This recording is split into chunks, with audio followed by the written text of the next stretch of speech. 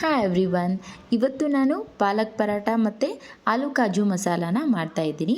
ಪಾಲಕ್ ಪರಾಟ ಬಂದುಬಿಟ್ಟು ನೀವು ಎರಡು ಥರವಾಗಿ ಮಾಡ್ಕೋಬೋದು.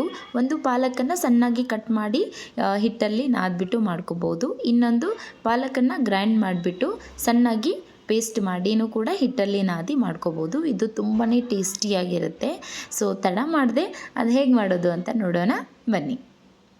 ಈಗ ಪಾಲಕನ್ನು ಚೆನ್ನಾಗಿ ವಾಶ್ ಮಾಡಿದ್ದೀನಿ ಮತ್ತು ಕುದಿಯೋ ನೀರಲ್ಲಿ ಸ್ವಲ್ಪ ಉಪ್ಪನ್ನು ಹಾಕಿಬಿಟ್ಟು ಪಾಲಕನ್ನು ಒಂದು 10 ನಿಮಿಷ ಬಿಡ್ತಾಯಿದ್ದೀನಿ. ಮಕ್ಕಳು ಚಪಾತಿ ತಿನ್ನಲಿದ್ದಾಗ ನೀವು ಈ ಪಾಲಕ್ ಪರೋಟ ಮಾಡಿಕೊಟ್ರೆ ತುಂಬಾ ಟೇಸ್ಟಿಯಾಗಿರುತ್ತೆ ಮತ್ತು ತುಂಬಾ ಮೃದುವಾಗಿ ಬರುತ್ತೆ, ಇಷ್ಟಪಟ್ಟು ತಿಂತಾರೆ. ನಿಮಿಷ ಆಗಿದೆ. ಈ ಪಾಲಕನ್ನು ಸಣ್ಣಾಗಿ ನಾವು ಪೇಸ್ಟ್ ಮಾಡ್ಕೊಳ್ಳೋಣ. ಈಗ 2 ಬಟ್ಲಷ್ಟು ಗೋಧಿ ಹಿಟ್ಟು ತೊಗೊಂಡಿದ್ದೀನಿ. ಅದಕ್ಕೆ ಸ್ವಲ್ಪ ಉಪ್ಪು ಮತ್ತು ಪಾಲಕ್ ಪೇಸ್ಟನ್ನು ಹಾಕಿಬಿಟ್ಟು ಚೆನ್ನಾಗಿ ಹಿಟ್ಟನ್ನು ಕಲಸೋಣ. ಇದು ಚಪಾತಿ ಹಿಟ್ಟಿದ್ದ ಹದದ ಥರನೇ ನೀವು ಇದನ್ನು ಕಲಿಸ್ಕೊಳ್ಳಿ.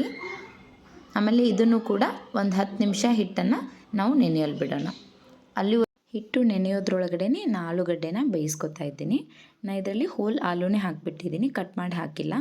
ಇಲ್ಲಾಂದರೆ ಒಂದು ವಿಸಲ್ ಹೊಡೆಯೋದ್ರೊಳಗೆ ಏನಾಗುತ್ತೆ, ತುಂಬ ಮೆತ್ತಗಾಗಿಬಿಡುತ್ತೆ. ಅದಕ್ಕೆ ಒಂದೇ ವಿಸಲ್ ಹೊಡಿಸ್ತಾ ಇದ್ದೀನಿ.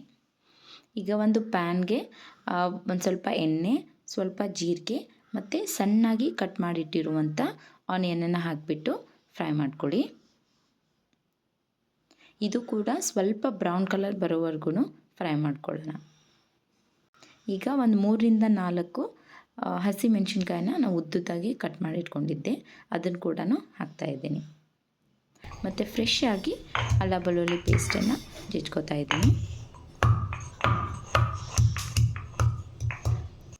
ಅದನ್ನು ಕೂಡ ಹಾಕಿಬಿಟ್ಟು ಫ್ರೈ ಮಾಡ್ಕೊಳ್ಳೋಣ. ಈಗ ಸ್ವಲ್ಪ ಉಪ್ಪು ಮತ್ತು 1 ಸ್ಪೂನಷ್ಟು ಕೆಂಪು ಖಾರದ ಪುಡಿ ಮತ್ತು ಸ್ವಲ್ಪ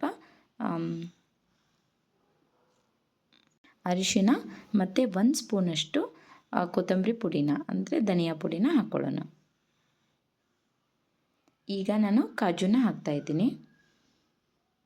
ಇದು ಎಲ್ಲ ಮಸಾಲೆ ಜೊತೆ ಕಾಜು ಚೆನ್ನಾಗಿ ಫ್ರೈ ಆಗಬೇಕು, ಹಾಗೆ ನೀವು ಮಾಡ್ಕೊಳ್ಳಿ. ಈಗ ಟೊಮ್ಯಾಟೊ ಹಾಕಿಬಿಟ್ಟು ಸ್ವಲ್ಪ ನೀರು ಹಾಕಿ ಇದನ್ನು ಬೇಯೋಕ್ಕಿಡೋಣ. ಒಂದು 5 ನಿಮಿಷ ನೀವು ಇದನ್ನು ಫ್ರೈ ಮಾಡಬೇಕು. ಈಗ ಇದನ್ನು ಮುಚ್ಚಿಟ್ಬಿಟ್ಟು ಒಂದು 5 ನಿಮಿಷ ಬಿಡ್ತಾಯಿದ್ದೀನಿ. ಈಗ ನೋಡ್ಬೋದು ಎಣ್ಣೆ ಹೇಗೆ ಬಂದಿದೆ ಅಂತ. ಈ ಥರ ಎಣ್ಣೆ ಹೊರಗಡೆ ಬಂದರೆ ಚೆನ್ನಾಗಿ ಬೆಂದಿದೆ ಅಂತ ಅರ್ಥ. ಈಗ ಇದಕ್ಕೆ ಸ್ವಲ್ಪ ನಾನು ಕೊತ್ತಂಬರಿನ ಹಾಕ್ತಾಯಿದ್ದೀನಿ. ಆಮೇಲೆ ಗಾರ್ನಿಷಿಗೆ ಸ್ವಲ್ಪ ಹಾಕ್ಕೊಳ್ಳೋಣ, ಬಟ್ ಇದು ಫ್ಲೇವರ್ ಚೆನ್ನಾಗಿ ಬರುತ್ತೆ, ಅದಕ್ಕೆ ಮೊದಲೇ ಸ್ವಲ್ಪ ಹಾಕ್ತಾಯಿದ್ದೀನಿ. ಈಗ ಕಟ್ ಮಾಡಿ ಇಟ್ಟಿರುವಂಥ ಆಲೂನು ಕೂಡ ಹಾಕ್ಕೊಂಡು ಚೆನ್ನಾಗಿ ಮಿಕ್ಸ್ ಮಾಡೋಣ. ಸ್ವಲ್ಪ ನೀರು ಹಾಕಿಬಿಟ್ಟು 2 ನಿಮಿಷ ಬೇಯಿಸ್ಕೊಳ್ಳೋಣ. ಮತ್ತು ಇದಕ್ಕೆ ಉಳಿದಿದ್ದಂಥ ಸಣ್ಣಾಗಿ ಕಟ್ ಮಾಡಿಟ್ಟಿರುವಂಥ ಕೊತ್ತಂಬರಿ, ಸ್ವಲ್ಪ ಲಿಂಬೆಹಣ್ಣನ್ನು ಹಿಂಡಿ ಮತ್ತೆ ಒಂದು 10 ನಿಮಿಷ ಇದನ್ನು ಬೇಯಿಸ್ಕೊಳ್ಳೋಣ. ನೋಡಿ, ಇದು ಚೆನ್ನಾಗಿ ಕುದಿ ಬರಬೇಕು. ಆಗಿದೆ, ನಮ್ಮ ಆಲೂ ಕಾಜು ಮಸಾಲ ರೆಡಿಯಾಗಿದೆ. ಈಗ ನಾವು ಪರೋಟಾನ ಮಾಡ್ಕೊಳ್ಳೋಣ. ನೋಡಿ, ಹಿಟ್ಟು ಕೂಡ ಚೆನ್ನಾಗಿ ನೆಂದಿದೆ. ಈಗ ಸ್ವಲ್ಪ ಹಿಟ್ಟನ್ನು ಹಚ್ಚಿಬಿಟ್ಟು ಇದನ್ನು ಈ ಥರ ಲಟ್ಟಿಸ್ಕೊಳ್ಳೋಣ. ಇದು ಮೆತ್ತಗೆ ಬರಬೇಕಂತಂದರೆ ನೀವು ಸ್ವಲ್ಪ ಎಣ್ಣೆ ಹಚ್ಚಿಬಿಟ್ಟು ಈ ಥರ ಫೋಲ್ಡ್ ಮಾಡ್ಕೊಳ್ಳೋಣ. ನೋಡಿ, ಈ ಥರ ಟ್ರಯಾಂಗಲ್ ಥರ ಫೋಲ್ಡ್ ಮಾಡ್ಕೊಂಡ್ಬಿಟ್ಟು ಮತ್ತೆ ಹಿಟ್ಟನ್ನು ಹಚ್ಚಿಬಿಟ್ಟು ಲಟ್ಸೋಣ. ಜಾಸ್ತಿ ದಪ್ಪಗೂ ಬೇಡ, ಜಾಸ್ತಿ ತೆಳ್ಳಗೂ ಬೇಡ, ಒಂದು ಮೀಡಿಯಮ್ ಸೈಜ್ ಇದನ್ನು ಲಟ್ಟಿಸ್ಕೊಂಡ್ಬಿಟ್ಟು ಹಾಕೋಣ. ತವೆ ಕೂಡ ಕಾದಿದೆ. ಈಗ ಇದನ್ನು ಹಾಕ್ತಾಯಿದ್ದೀನಿ. ನೀವು ನೋಡ್ಬೋದು ಎಷ್ಟು ಚೆನ್ನಾಗಿ ಪರೋಟ ಉಬ್ತಾ ಇದೆ ಅಂತ.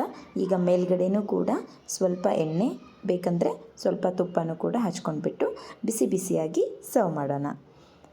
ಈ ಥರವಾಗಿ ಮಾಡಿದರೆ ಪರೋಟ ಮಾತ್ರ ತುಂಬಾ ಸಾಫ್ಟಾಗಿರುತ್ತೆ. ಮಕ್ಕಳಿಗೆ ಮತ್ತು ದೊಡ್ಡವ್ರಿಗೂ ಕೂಡ ತುಂಬಾ ಇಷ್ಟ ಆಗುತ್ತೆ. ಮತ್ತು ಇದನ್ನು ಹಾಟಾಗಿ ಸರ್ವ್ ಮಾಡೋಣ. ಪಾಲಕ್ ಪರಾಟ ಮತ್ತು ಆಲೂ ಕಾಜು ಮಸಾಲ ರೆಡಿ ಟು ಸರ್ವ್. ನೀವು ಕೂಡ ಇದನ್ನು ಮನೆಯಲ್ಲಿ ಟ್ರೈ ಮಾಡಿ ಮತ್ತು ನನಗೆ ಹೇಗೆ ಬಂದಿದೆ ಅಂತ ಕಮೆಂಟ್ ಮಾಡಿ. ಸೊ ಮತ್ತೆ ಹೊಸ ರೆಸಿಪಿಯೊಂದಿಗೆ ಮತ್ತೆ ಸಿಗ್ತೀನಿ. Like, share and subscribe. Thank you.